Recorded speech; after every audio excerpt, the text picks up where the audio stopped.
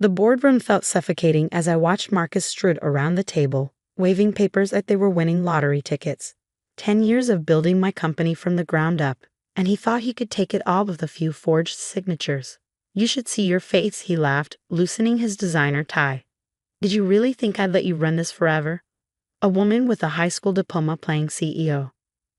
My name is Rachel Chen, and at 42, I was watching my husband attempt to steal everything I'd built. The irony? When I met Marcus 12 years ago, he was a junior accountant drowning in student debt. I was the owner of a small but growing tech company, looking for someone to help manage the books. He seemed perfect then, smart, ambitious, and supportive of my vision. He understood numbers in a way I never did, and I trusted him completely. That was my first mistake. The board already approved the transfer of power. Marcus continued, sliding documents across the polished mahogany table. Your signatures on everything. Really, you should thank me for making it so easy. No messy legal battles.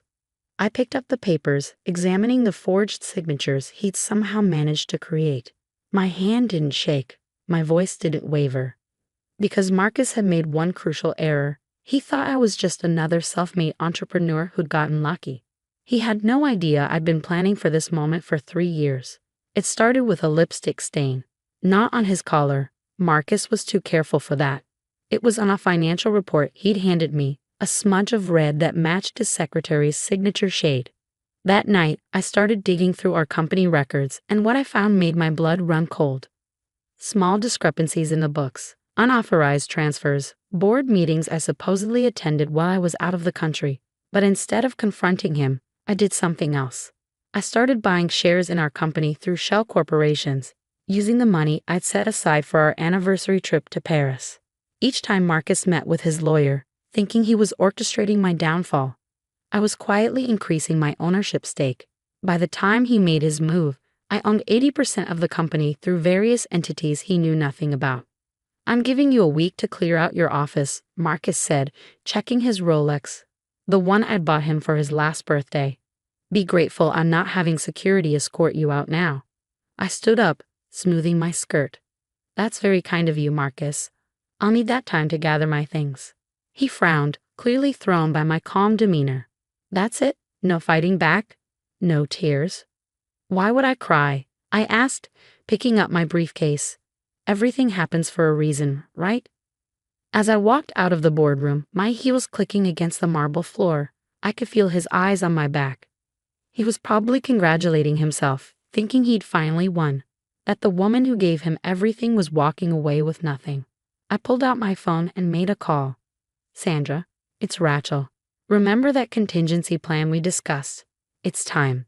Sandra, my lawyer for the past 20 years, had helped me set up the shell corporations. She'd warned me about Marcus 3 years ago when she noticed the first signs of his deception. Men like him, she'd said, they always think they're the smartest person in the room. Use that. And I had. Every step of his plan to take over my company had played right into my hands. The next morning, I arrived at the office early, watching employees filter in with their coffee cups and concerned glances. News of Marcus's takeover had spread quickly. I could see the pity in their eyes, the woman who built everything, now losing it to her husband. By noon, Marcus had moved his things into my office. My family photos were already in a box by the door, replaced by his pretentious art pieces and that hideous modern desk he'd been eyeing for months. He even changed the security codes, probably worried I'd try to steal client files or company secrets. I've scheduled a company-wide meeting for this afternoon, he announced, lounging in my chair. Time to inform everyone about the changes in leadership. I nodded, continuing to pack my belongings. Of course. Will you be keeping Sarah on as CFO? Sarah, he laughed. No, I'm bringing in my own team. Can't have your loyal subjects hanging around, causing trouble. Sarah had been with me since the beginning, when we were working out of my garage with nothing but 2 laptops and a dream. She was also the only other person besides Sandra who knew about my contingency plan. The company meeting was set for 3 p.m. in the main conference room. As employees filed in, Marcus stood at the front, practically glowing with self-satisfaction. I sat quietly in the back, next to Sarah, who was gripping her tablet so hard her knuckles had turned white. As you've probably heard, Marcus began, there have been some changes in ownership. I know change can be scary, but I assure you, under my leadership, this company will reach new heights. That's when Sarah stood up. Actually, Mr. Chen, there's been a slight update to the ownership structure that you should be aware of. Marcus frowned. I don't remember asking for your input, Sarah. In fact, consider this your. Perhaps, I interrupted, standing up as well. You should take a look at these documents first. Sandra chose that moment to walk in, carrying a stack of papers that made Marcus's earlier display look like a post-it note. Behind her came two members of the board.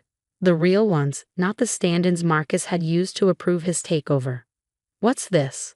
Marcus demanded, his confidence wavering for the first time. This, Sandra said, her voice carrying across the now silent room, is documentation showing that Firetech Industries, Summit Ventures, and Highland Capital, 3 of your largest shareholders, are actually owned by your wife. The color drained from Marcus's face as Sandra continued laying out documents. Together, these entities control 80% of the company's shares, which means any decisions about leadership need to be approved by the majority shareholder. That's impossible, Marcus sputtered. I vetted every major shareholder personally. Did you? I asked, walking to the front of the room, or did you just see what you expected to see? A bunch of impressive-sounding investment firms that seemed eager to support your plans. The room was dead silent as realization dawned on his face. Every step he'd taken to seize control had been built on a foundation of lies. Lies that were now crumbling beneath him. You can't do this, he hissed, grabbing my arm as I passed him. I'm your husband. I pulled away, my voice steady. Actually, as of this morning, you're not. The divorce papers were filed an hour ago. You might want to check your email. The collective gasp from our employees was almost comical. Marcus reached for his phone with shaking hands, only to find his access to the company's servers had already been revoked. Security will escort you out, I said, nodding to the 2 guards who had appeared at the door. Don't worry about packing up. We'll send your things to your new address. Oh, and Marcus, you might want to check the prenup you signed. The infidelity clause is particularly interesting. As Marcus was led out, still protesting, I turned to address the stunned employees. I owe you all an explanation and you'll get one. But first, we have work to do. Sarah, could you pull up the quarterly projections? The room slowly came back to life, but nothing was the same. The whispers had already started. How had I known? How long had I been planning this? But more importantly, what kind of leader orchestrates something like this? They were about to find out. The aftermath of Marcus's removal sent shockwaves through the industry. Within hours, news had spread about how the wife of a would-be corporate usurper had orchestrated one of the most elegant takedowns in recent business history. I spent the next week in meetings reassuring clients and partners that the company was stable. But something interesting happened. Instead of causing panic, the incident actually strengthened our position. Clients who had been hesitant to work with us suddenly showed renewed interest. Your handling of the situation, one CEO told me, showed exactly the kind of strategic thinking we want in a partner. Marcus, meanwhile, was discovering just how thoroughly I'd outmaneuvered him. The prenup he'd signed included a clause about infidelity that not only protected my personal assets but required him to repay every penny he'd earned during our marriage if he was caught cheating. The evidence I'd gathered over the years, the hotel receipts, the secret bank accounts, the photos his secretary had been all too happy to share once she realized he'd been playing her too, was overwhelming. He's trying to negotiate, Sandra told me during one of our daily briefings, offering to drop any claims to company assets if you waive the prenup penalties. I considered it for a moment, then shook my head. No deals. He needs to learn that actions have consequences. The company thrived in the following months. Without Marcus's secret draining of resources, our profits increased by 40%.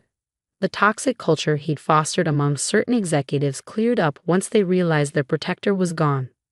One morning, about 6 months after the takeover attempt, I arrived at the office to find an envelope on my desk. Inside was a letter from Marcus's mother, Margaret. I always knew you were smart, she wrote, but I never realized just how capable you were. Marcus told me everything. Not willingly, but the truth has a way of coming out. I want you to know that while he's my son, I understand why you did what you did. He needed this lesson, even if he doesn't see it yet. I folded the letter and tucked it away in my desk. Margaret had always been kind to me, even when her son wasn't. Her words meant more than she probably realized. The real changes came in how I ran a company. The experience had taught me valuable lessons about trust and vigilance. I implemented new oversight measures, created a more transparent corporate structure, and established a foundation to help women in business protect themselves from similar situations. 1 year after Marcus's failed takeover, I stood in the same conference room where everything had come to a head. We were celebrating our most successful quarter ever, and I had an announcement to make. As some of you know, I began looking at the faces of people who had stood by me through everything. We're launching a new initiative today.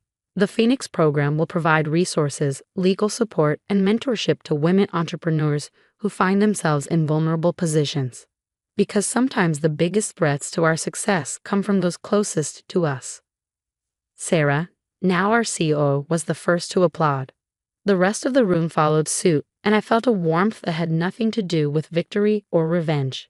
This was about transformation, turning a painful experience into something that could help others.